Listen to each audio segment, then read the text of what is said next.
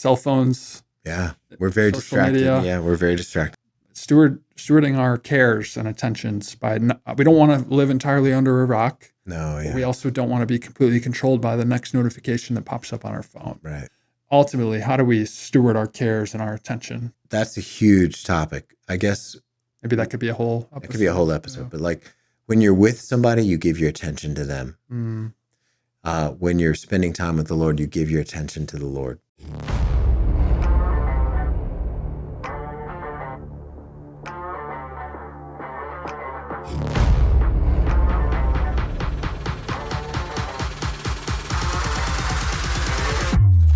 This is Fixed on Jesus.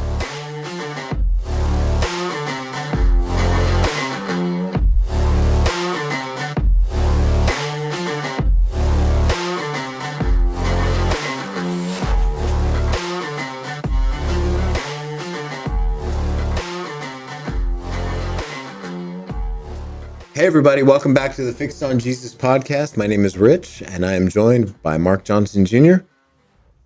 Hello, Rich. Hello, I Mark. don't have anything funny to say or mess you up, so go carry on. That's awkward in itself. And over there on my left, your right, Mark, is Heather Corbett, and she's the production manager. I keep talking when she starts to talk because she's putting her just to bother her. One of the things I do, like if you don't know me, because I like to vex people and sort of pick at them. Yeah. Right. I mean, find out the thing that makes them a little on edge, and then you poke at that thing Correct. as much as possible. Correct. Yes, exactly. So Heather is our production manager in her 50s, and she is a wonder to be around. One time. Yeah. And so, Mark, what are we talking about? Give me a second to get myself together here. Okay, so I'm newly married still. Yes, you are. Yes. 7 months. That's Still newlyweds. pretty new, yeah. Yeah. So one of the things that has just been in our lives, and my wife and I's lives a lot lately, is just stewardship. Yeah. And we can define that word, but in specifics, I mean, I think the natural tendency is to think of time and money as the obvious ones. Like God gave us a finite amount of time and a finite amount of money. Trust me, it's my bank account is finite. Oh, I get the finiteness. Yeah, sure. Exactly. And we both have this desire to use all of those things well. Yeah. But at the same time, we know we can't do everything. Yeah. And if the Lord, created the world in 6 days, and on the seventh day he rested, how do we do that? Basically, that's kind of the question, the overarching question. Yeah. But I think, and I can ask a whole bunch of questions, and there's some additional stewardship things that I'm interested in, especially in the digital age, with our attention. Yeah. So we all have a computer in our pocket, pretty much at all times, or in our hand.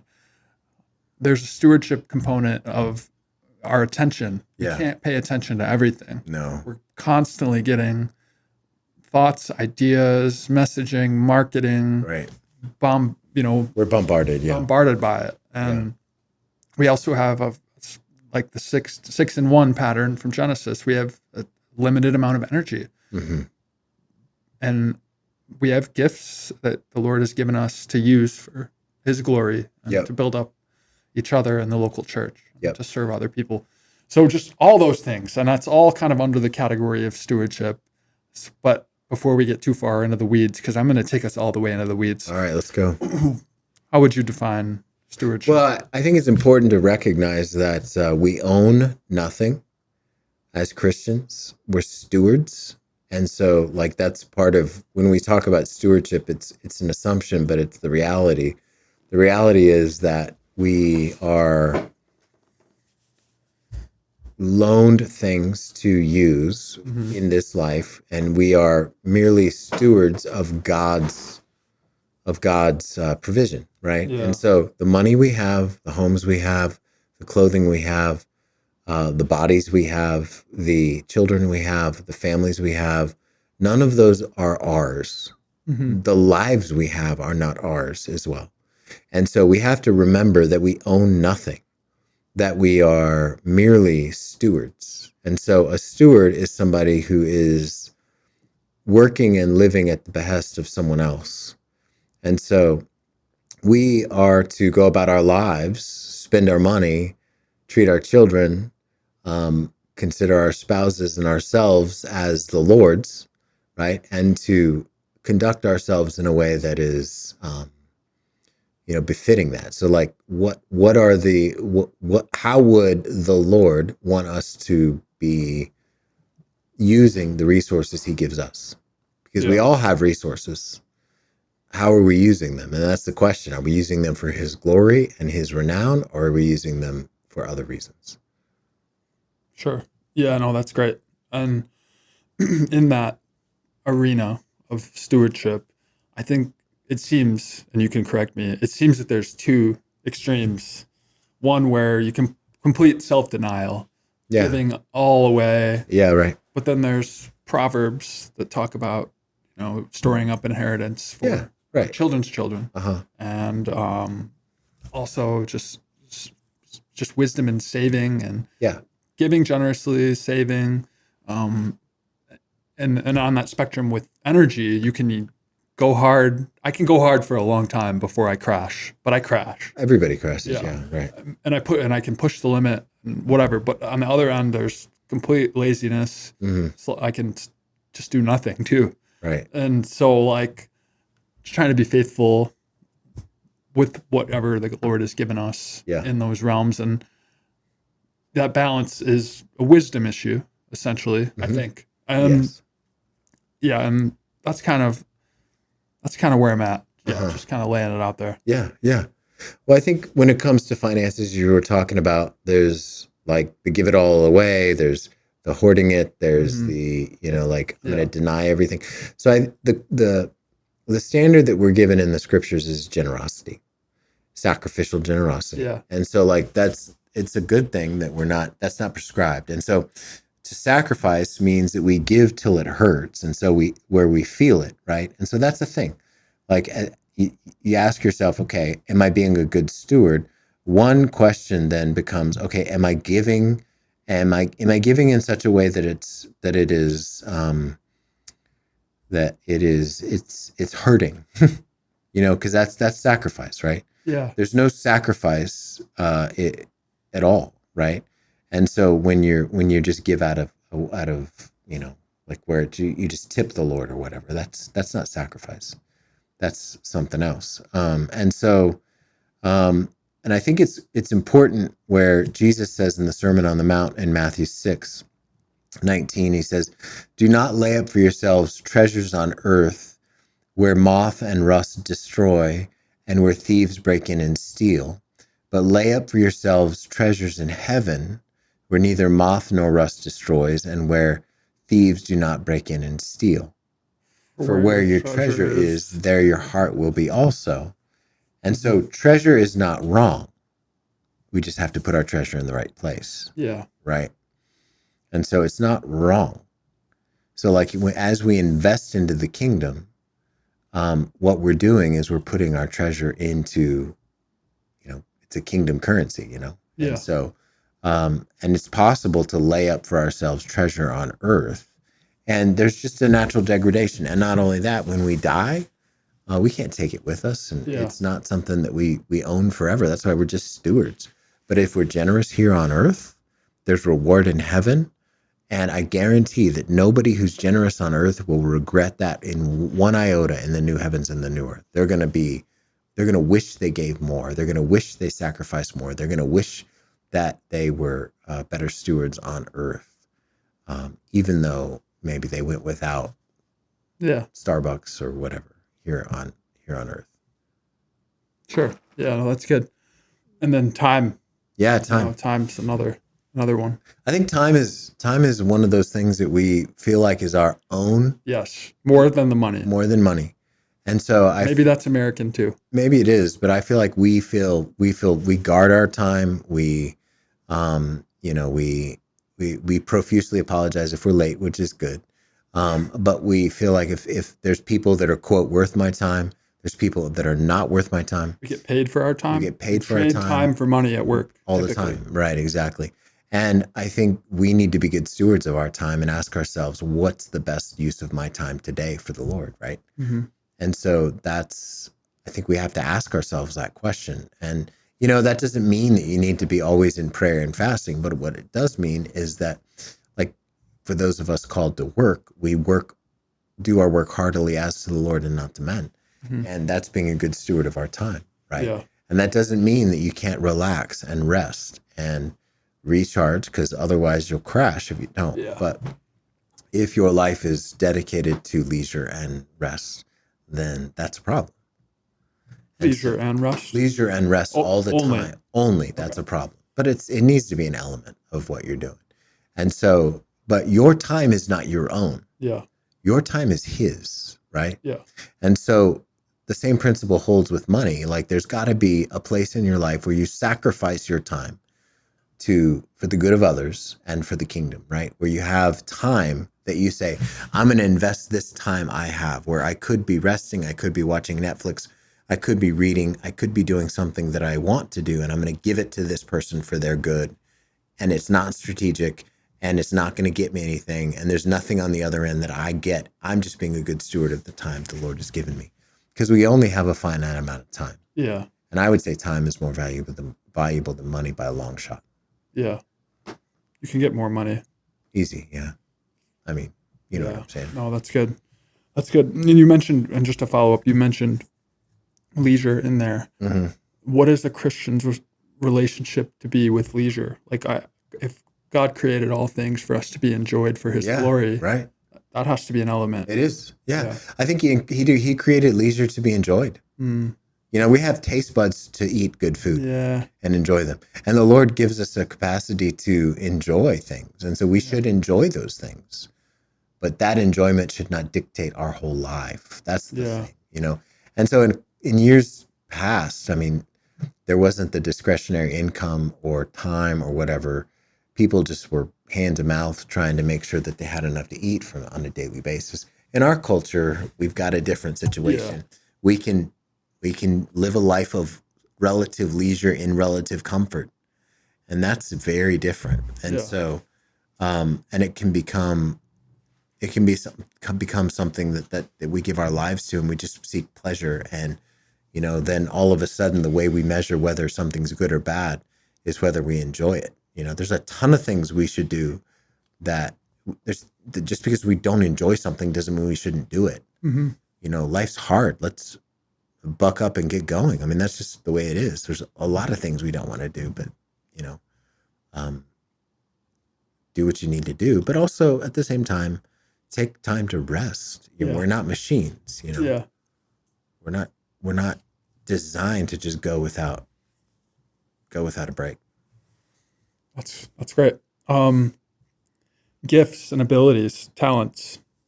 How are we to steward those well? What does faithfulness look like? I think we need to remember that our gifts, talents, and abilities are a gift from God. Mm. They're not ours, again. So, like, I think sometimes we forget those of people who have good, let's say, a proclivity to school and education and such. That's a gift from God. Yeah. People who have who've inherited, just maybe have a natural ability, that's a gift from God. Those are not things that, like, I know you can work hard to develop those things, but those things fundamentally are a gift from him. Even the ability to think, that's a gift from him. Yeah. And so as Christians, we need to recognize that and note that these gifts from him are ones that we need to use for his glory. And so, like, our gifts are not our own. Our talents are not our own. And so we need to just measure, how am I using my talents and gifts and abilities to honor the Lord and expand his kingdom? And so that's different for everybody, right? Yeah. And so, like, somebody who can cook, cooks for others. Somebody who can write, writes for others. Somebody who can is strong, can help move people. Somebody who has a lot of money can be generous. Somebody or everybody can be generous, but maybe all the more with someone who's well off. Somebody who who can fix things and has mechanical ability can fix and fix things around other people's homes. So there's just all kinds of things like that we can, I think about ourselves differently and say, okay, this is mine to steward into other people's lives. Yeah. Right. Because there's a way, like, for example, if somebody has a great deal of learning and the effect of that learning is to show them, like, to puff themselves up before other people, that's a poor use of learning. Learning is meant to serve other people and to build other people up and not build up ourselves. Now, there's a blessing that happens when you get to teach and you can sort of help people understand what's going on. But that learning is meant to be used in the service of other people. That's great. So you mentioned early in the introduction that children are something to be stewarded. I am not a father yet. I'll just leave it there. But it's something that I found interesting. So children are not our own. Correct. So how does that change? I mean, I know we have some parents listening, and I'm asking these questions because I want to be a parent someday. Sure. Lord willing. How does that change our relationship with our children? Well, if they're not our children to begin with. I mean, they're a gift from God. Yeah. We have the opportunity and responsibility while they're at home to give them everything we can to steward our time with them, but they're His ultimately. And so I think we need to recognize that we can't define our identities. I think this is a temptation for moms more than dads, but it can be both, to define identities based on how the children are doing. That's a trap from the devil.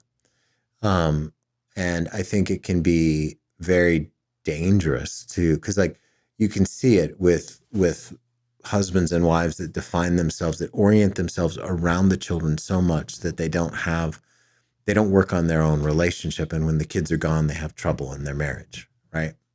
I think one of the great temptations of men is to be, they can give too much of themselves to work and not to their wife.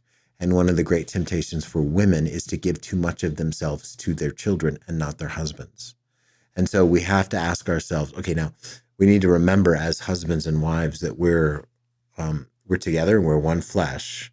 And the husband is to love his wife as Christ loved the church. And the wife is to be a helpmate to her husband. And so, it's a difficult thing, but ultimately they're for each other.